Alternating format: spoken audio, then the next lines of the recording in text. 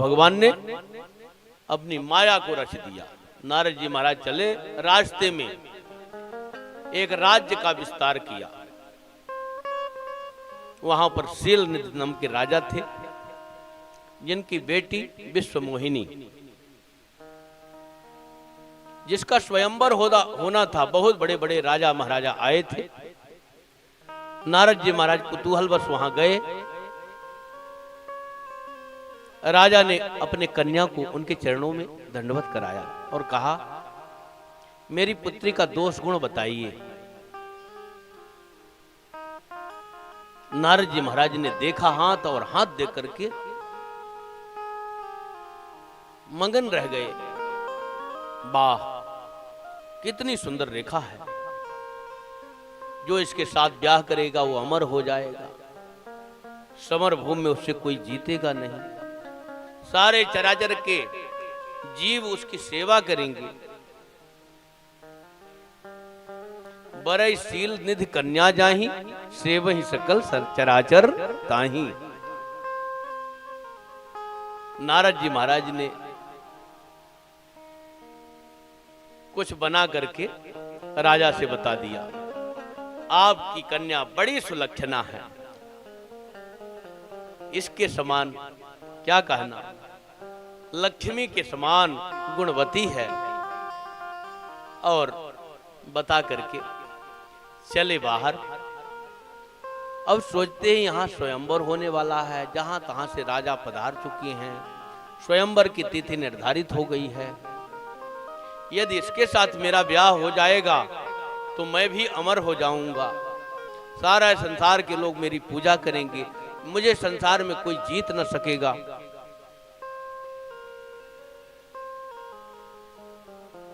इतनी बड़ी बड़ी उपलब्धियां हैं इसके साथ जुड़ी हुई।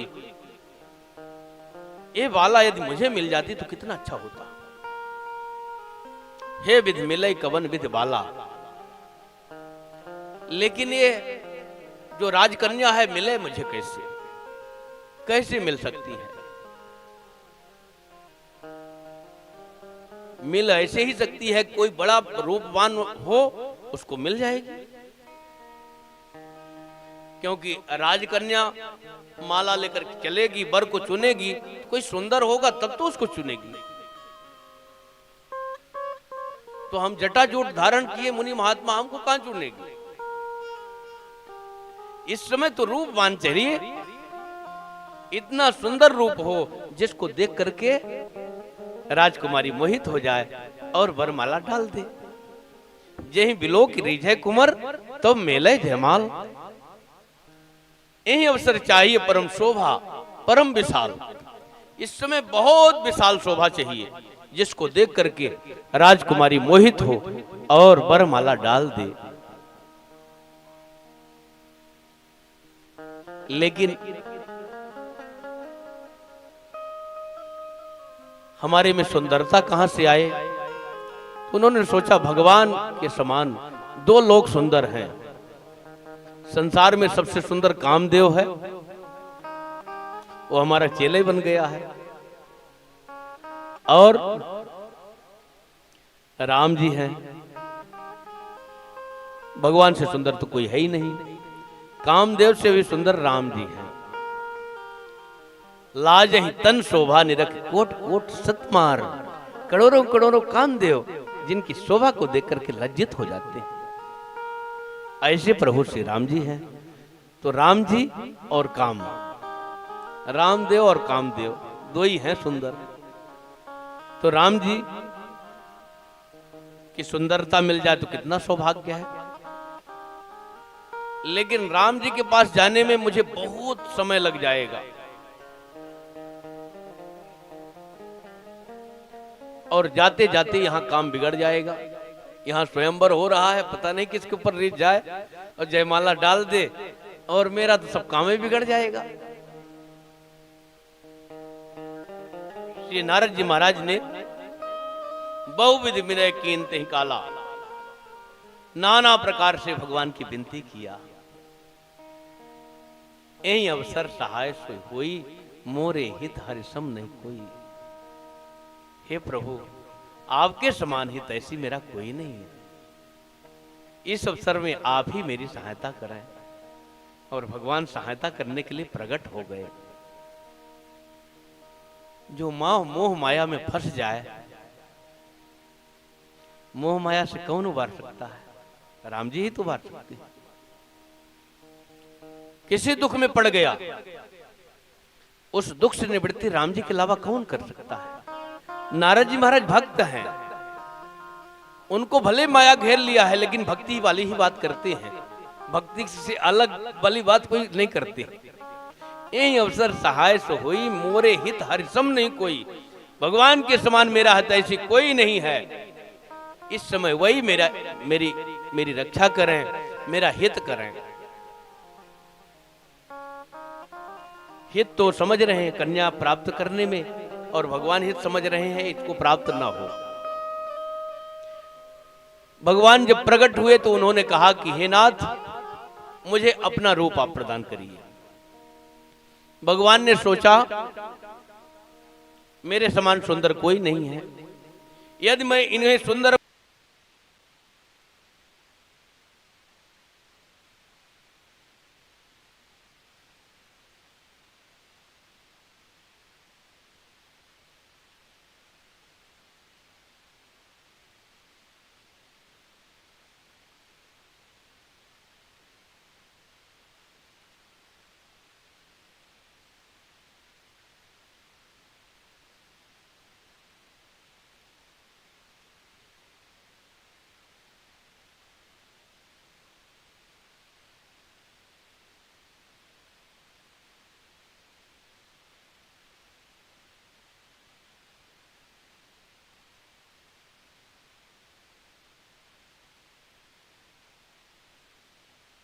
नहीं नाचना पड़ेगा। यदि सुंदर बनाते तो बंदर की तरह संसार में उन्हें नाचना पड़ता।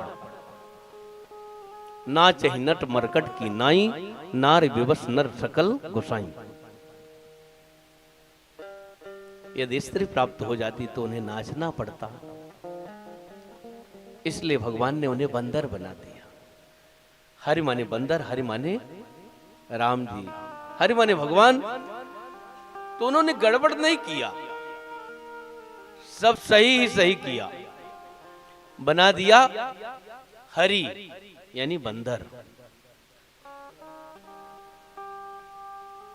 लेकिन उस रहस्य को कोई और नहीं जान पाए।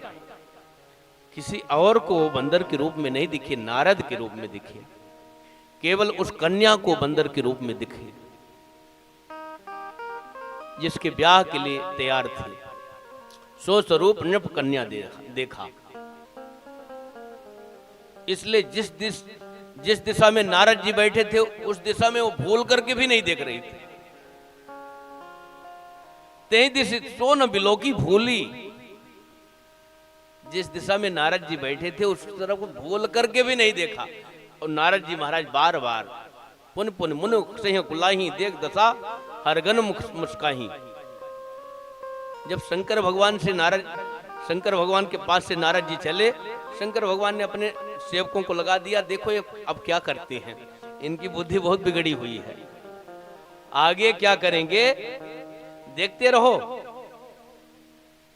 ये क्या करने वाले हैं। तो शंकर भगवान के दो रुद्र, जो दो गण बैठे हुए थे, ते जाने सब भेव, वे सारा रहस्य जानते थे। उनको भी बंदर दिख रहे थे और कन्या को दिख रहे थे। बकाया किसी को बंदर नहीं दिख रहे थे, महात्मा नारद जी दिख रहे थे।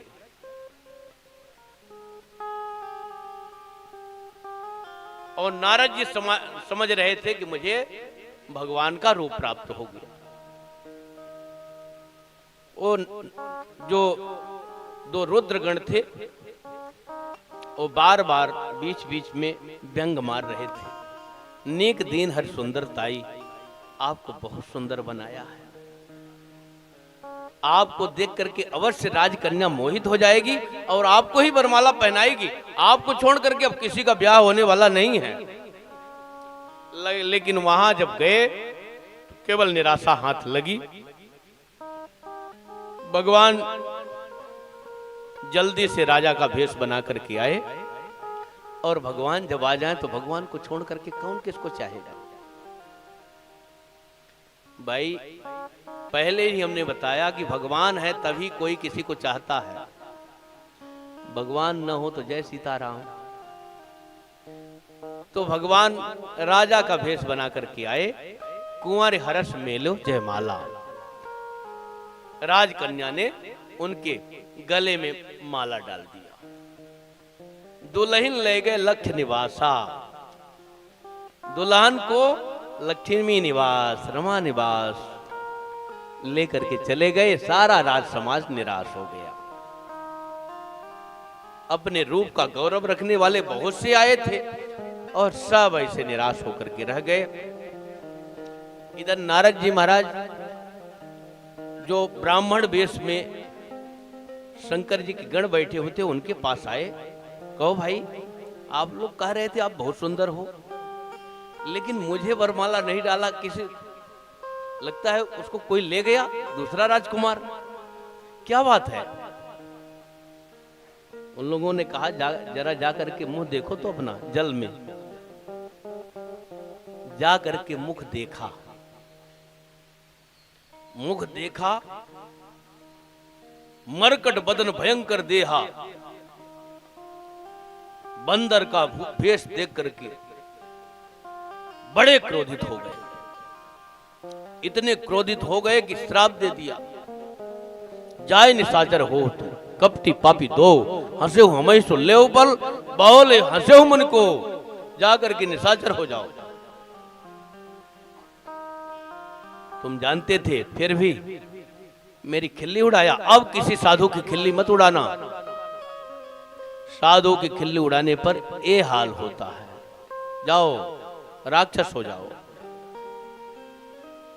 उस समय तो बहुत क्रोध में थे, इसलिए बेचारे कुछ कह न सके। अब जो है जाकर के मुख देखा, जल में फिर से अपना स्वरूप प्राप्त कर लिया। नारद जी के रूप में आ गए, समझ गए कि मेरे इस काम को बिगाड़ने के लिए भगवान ने मुझे बंदर का भेष दिया था। क्रोधित तो हैं लेकिन थोड़ा समाधान हुआ। अपना रूप प्राप्त करने के बाद दोनों ने चरण पकड़ लिया। प्रभु, मैंने हंसा, बंदर को भेष देख करके हमने हंसा तो हमको तो निशाचर बना दिए, लेकिन जिसने दिया है उसके लिए क्या क्या पुरस्कार है? जिसने बंदर बनाया है उसके लिए क्या पुरस्कार है? उसको क्या दे रहे हैं? उसको क्या दंड मिलेगा? श्री नारद जी ने कहा, छोड़ूंगा नहीं, मैं उसे भी नहीं छोड़ूंगा। दी हूं श्राप की मरी हूं जाई, जगत मोर उपहास कराई। मैं श्राप दूंगा अथवा मर जाऊंगा, उसी के सामने मर जाऊंगा या श्राप दूंगा। भाई बेटा का बड़ा अधिकार होता है बाप पर। मेरा संसार में हंसी करा दिया। नारद जी महाराज चले और उनका फरकत अधर को मनमाही फड़फड़ा रहे हैं, ओंठ फड़फड़ा रहे हैं, चलना मुश्किल हो रहा है। भगवान सोचे कि आप बहुत परेशान किए, अब क्यों परेशान करें, हम ही पहुंच जाएं। बीच पंथ में ही उसी राजकुमारी को लेकर के भगवान मिल गए, जिस राजकुमारी से ब्याह करना चाहते थे। तब तो और अधिक क्रोध हो गए, क्रोधित हो गए। क्यों? मेरा ब्याह नहीं होने दिया, अपने ब्याह कर लिया, और मुझे जलाने के लिए मेरे सामने उसी राजकुमारी को लेकर के आए, श्राप दे दिया। तुम्हें आज तक कोई ठिकाने से नहीं लगाया है। सिंधु मंथन हुआ तो शंकर जी को बौरा बना करके उन्हें विष पान करा दिया। आप अच्छी अच्छी वस्तु ले लिए, बहुत खूब कटु वचन बोले। आप कौस्तुभ मणि ले लिया, लक्ष्मी जी को ले लिया, सारंग धनुष ले लिया, अच्छी अच्छी वस्तु आप ले लिए, और आप सुरा विशंकरहि, असुर सुरा विशंकरहि, आप रमा मंचार, स्वार्थ साधक कुटिल तुम सदा कपट व्यवहार। असुरों को सुरापान यानी मदिरा पान कराया, विष शंकर भगवान को पराया, और अपने आप रमा मणिचार, कौस्तुभ मणि और रमा, उत्तम उत्तम वस्तु को आप लिए और सबको पागल बनाते हो। अब लग तुम्हें न काहू साधा, तुम्हें आज तक कोई किसी ने ठीक नहीं किया, मैं तुम्हें दंड दूंगा। प्रभु गलती तो हो गई, दंड दीजिए, जो भी स्वीकार है। हाथ जोड़ लिए भगवान। नारद जी का क्रोध अभी शांत नहीं हुआ, क्योंकि दंड तो दिए नहीं अभी। कहते हैं जो शरीर धारण करके आपने मेरी वंचना किया है, मुझे छला है, उसी शरीर को आपको धारण करना पड़ेगा। आपने बड़ा मेरा अपकार किया है, मेरा ब्याह नहीं होने दिया, जाओ, स्त्री वियोग में आप दुखी होंगे। आपने मेरा वानरों का भेष बनाया, वानर भेष बनाया, वही वानर आपकी सहायता करेंगे। भगवान ने सोचा, देखो हमने तो भाई ये वरदान हमको दे रहे हैं कि श्राप दे रहे हैं। हमने शादी नहीं होने दिया, वे कह रहे हैं नार गिरा तो मोह दुखारी मनी, मेरी शादी होगी तब तो हम दुखी होंगे। हमने शादी नहीं होने दिया, ब्याह नहीं होने दिया, ये मेरा ब्याह कराएंगे। और हमने वानर का भेष बना करके इनका ब्याह रोक दिया, जिस कारण से इनका ब्याह रुक गया। वही वानरों को सहायता के लिए कह रहे हैं कि आपकी सहायता करेंगे। वानर भेष से इनका विरोध हुआ और उसी वानर भेष से हमारी सहायता करा रहे हैं। हमने वानर बनाया, ये राजा बना रहे हैं, तो ये वरदान दे रहे हैं कि श्राप दे रहे हैं। भगवान ने कहा सब कुछ स्वीकार है प्रभु, और अपनी माया को खींचा। वहां कोई भी नहीं दिखा, राजकुमारी न रमा कोई नहीं, केवल भगवान दिखे, भगवान की चरणों में पड़ गए। हे प्रभु मेरा श्राप मृषा हो जाए, झूठ हो जाए। श्री ठाकुर जी ने कहा मम इच्छा, कह दीन दयाला, मेरी इच्छा है, मेरी इच्छा से सब कुछ हुआ है।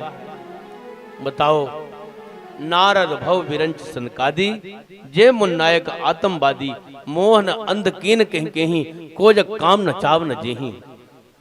तृष्णा कहीं न कियो बहुराहा, कहीं कर हृदय क्रोध नहीं दाहा।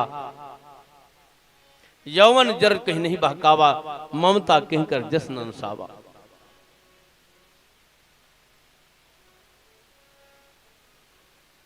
कोजग जाए न व्यापी माया, कौन ऐसा संसार में है जो माया जिसको नहीं व्यापती। माया भगवान की चेरी है। यह माया सारे संसार को नचाती है, और वह माया भगवान की दासी है, चेरी है। भगवान के नजरों के इशारे से संसार का सारा कार्य किया करती है। भ्रगुट विलास न चावई जाही, अस प्रभु छाण भजे कहीं कहीं। ये माया बड़ी प्रबल है, इसलिए मायापति का आश्रय लेना चाहिए और माया से दूर रहना चाहिए। माया को प्रणाम करके रहना चाहिए। माया को प्रणाम करो और प्रभु का भजन करो। माया से भिड़ने की जरूरत नहीं है, माया को तो दूर से ही प्रणाम करो। आइए एक पद के माध्यम से हम लोग भजन श्रवण करें, इसके बाद